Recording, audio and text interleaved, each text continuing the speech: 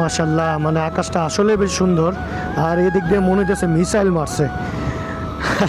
যাক, এই কথাটা কেন বললাম, কারণ হচ্ছে ওয়ার্ল্ডে যে অবস্থা চলতেছে, ইরান আর ইসরায়েলের যে যুদ্ধ, মাঝখান দিয়ে বাম হাত ঢুকেছে হচ্ছে আমেরিকা।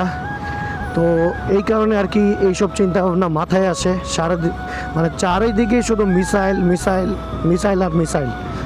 তো এই যে আকাশে যে র্যাকগুলো দেখা যাচ্ছে, মনে হচ্ছে যেন এদিক দিয়ে মিসাইল গেছে, এরকম লাগতেছে আর কি।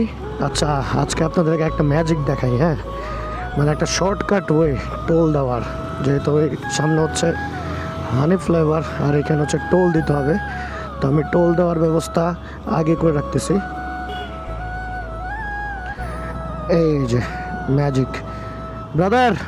হ্যাঁ ভাইয়া, থ্যাংক ইউ।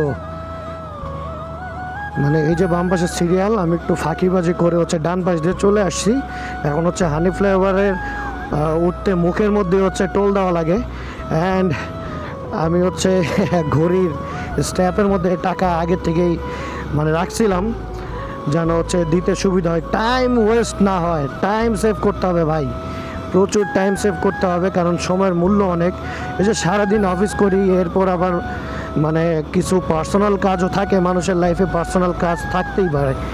তো এইসব কাজ টাজ করে দেন হচ্ছে আরও নিজের জন্য একটু সময় দেওয়া, বা এই যে ভিডিওগ্রাফি বা ভিডিও করার জন্য, ব্লগ করার জন্য একটু সময় দেওয়া, সব কিছু মিলে মানে টাইম সেভ করতে হবে। টাইম যদি সেভ করা যায় তাহলে হচ্ছে টাইমটা কাজে লাগানো যাবে।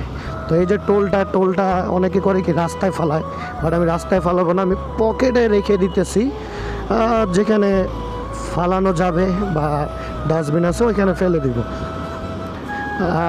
আসলে কি বিষয়টা, নিজেদেরকেই আগে পরিবর্তন করতে হবে। এই যে দেশ পরিবর্তন, অমুক পরিবর্তন করো, তমুক পরিবর্তন করো, অমুক নেতা আনো, তমুক নেতা আনো, ভাই এগুলো দিয়ে কিছু হবে না ভাই।